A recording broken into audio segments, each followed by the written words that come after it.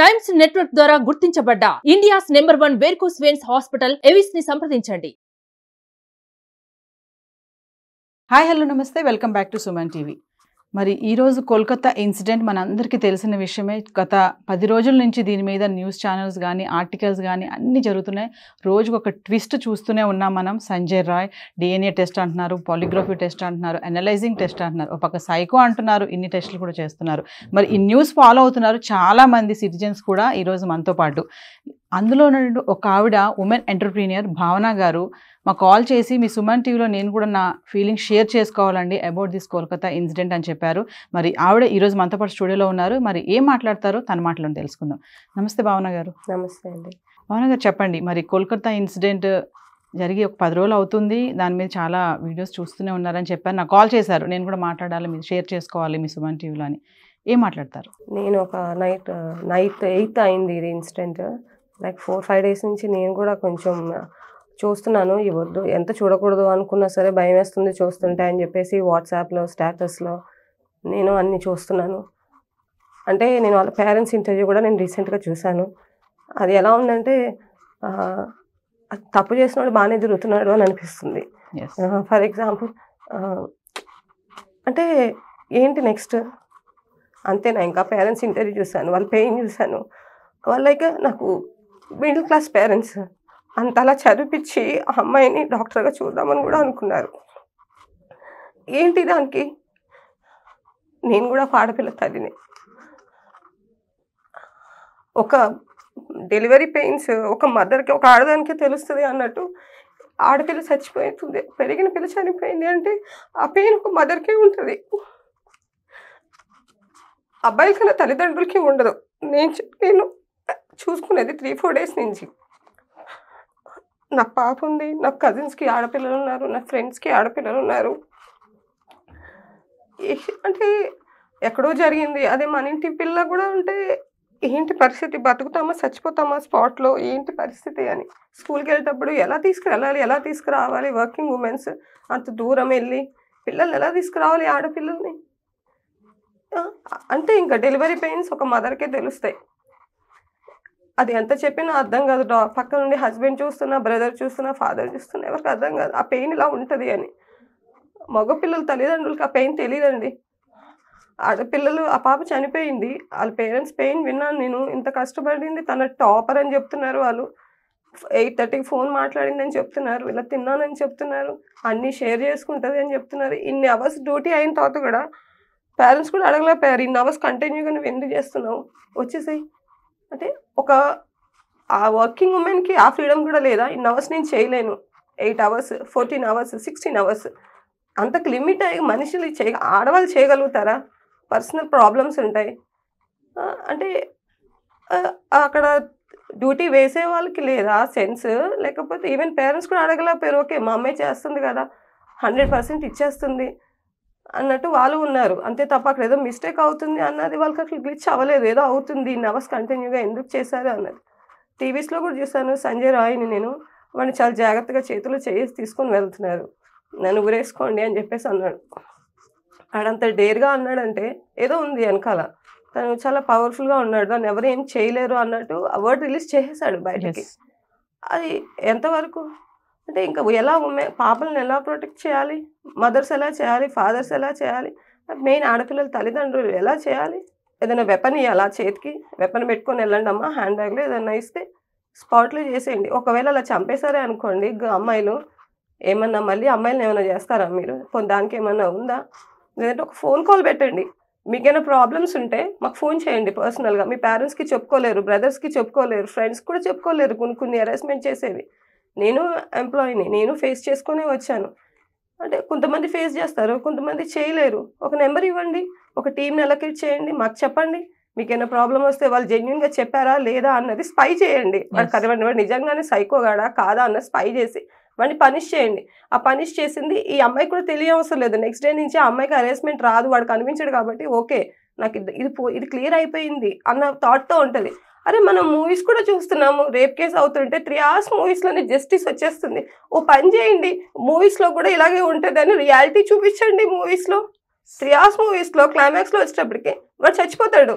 వాడిని ఏదోలాగా పనిష్ అయితే మదర్ చంపేస్తుంది, ఏదో హీరో చంపేస్తాడు, లేదంటే ఫాదర్ చంపేస్తాడు, లేదంటే పోలీసులు, ఏదో ఒకటి జరుగుతుంది పనిష్మెంట్. రియల్గా అది జరగట్లేదు కదా, పోనీ అదైనా చూపించేసేయండి. మీకు ఇలా అయితే ఇలా జరగదు, ఇలా ఉండదు. ఇలా ఏమైనా సరే వైఫ్ అండ్ హస్బెండ్ కొట్టుకుంటుంటే వెంటనే డైవర్స్ వచ్చేస్తుంది. ఒక అమ్మాయి ఇబ్బంది పడుతుందంటే డైవర్స్ ఇప్పించేస్తున్నది. ఈ అమ్మాయి చచ్చిపోయింది, టార్చర్ పెట్టి చనిపోయింది. ఆ వీడియోస్ ఏంటి, చూడాలా వద్దా, అన్ని స్టేటస్ ఓపెన్ చేస్తుంటే అదే భయం. 3 days నుంచి ఇదే మీద ఉన్నాను నేను, ఏంటి ఇలా ఏంటి అని.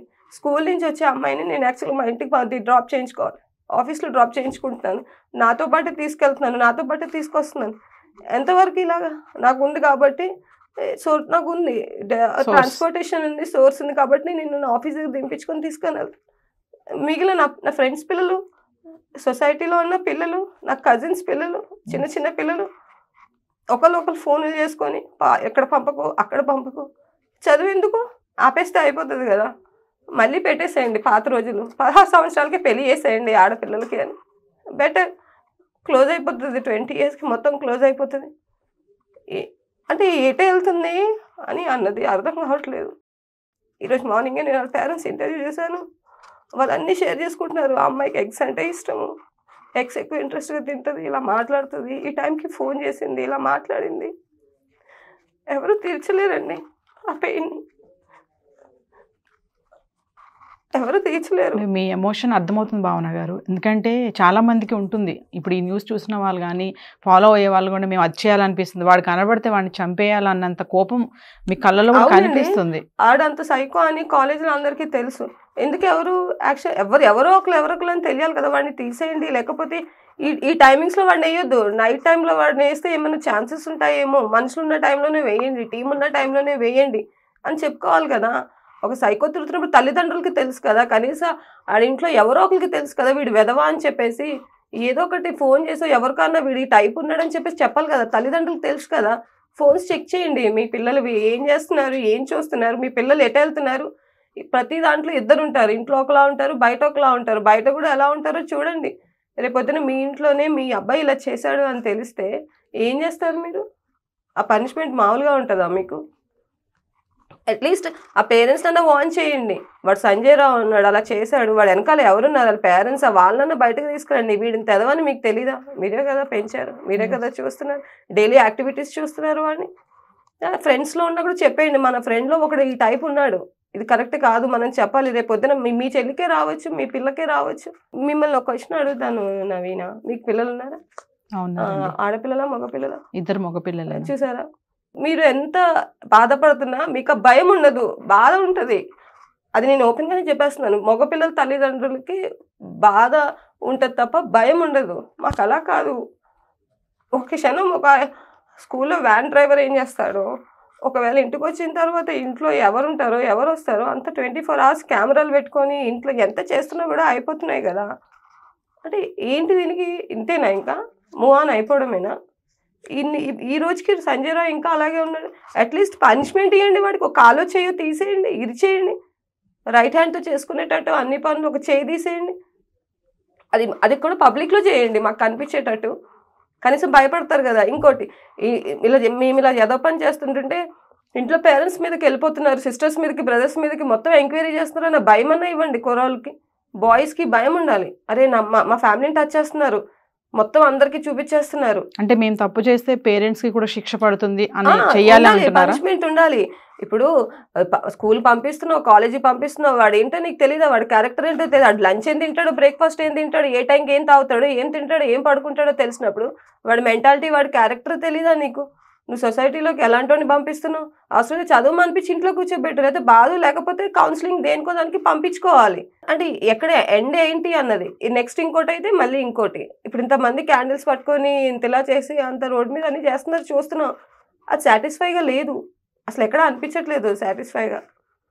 ఇప్పుడు నేను ఏ అమ్మాయిని చూస్తున్నా రోడ్డు మీద, ఇప్పుడు నేను వెహికల్ వేసుకొని వచ్చాను ఇక్కడికి, ప్రతి ఒక్కరిని చూసుకుంటూ వస్తున్నాను. అంటే అది భయం వేస్తుంది. ఇప్పుడు ఈ అమ్మాయి వెళ్ళి ఇంటికి వస్తుందా, ప్రాపర్గా క్షేమంగా ఇంట్లో చేరుకుంటుందా? అంటే నెక్స్ట్ ఎవరుంటారు ఇంకా?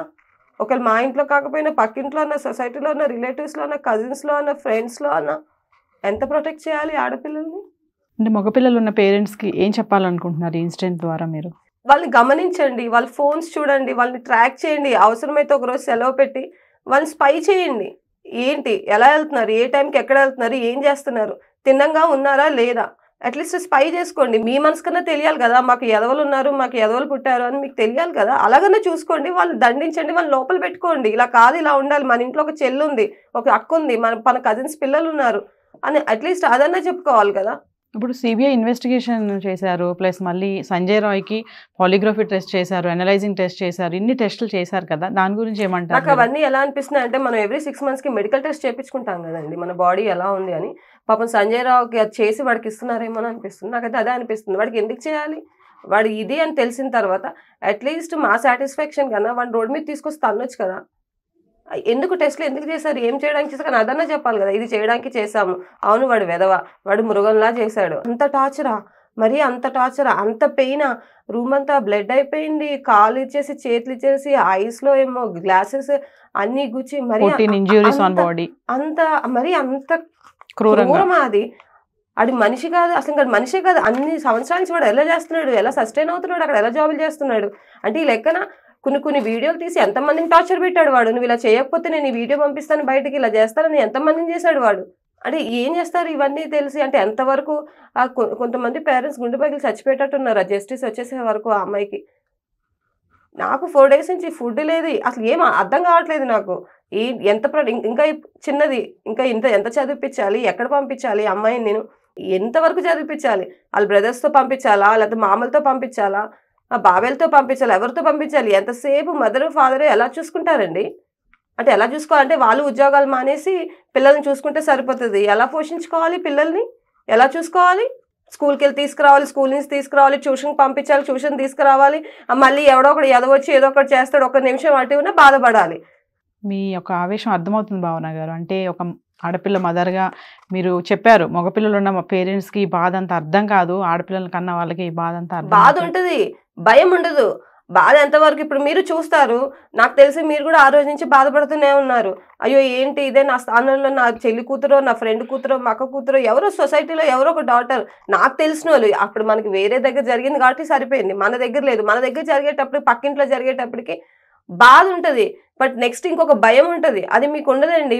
మగపిల్లల పేరెంట్స్కి భయం ఉండదు. ఇప్పుడు అది ఎక్స్ప్లెయిన్ చేయలేము, అది మీకు చెప్పలేము. ఇలా ఉంటుంది, లైక్ డెలివరీ పెయిన్స్ అంతే. ఇంకా చెప్పలేము ఆ పెయిన్ ఎలా ఉంటుంది అన్నది. ఇంకా జెంట్స్కి అయితే అది కూడా ఉండదు.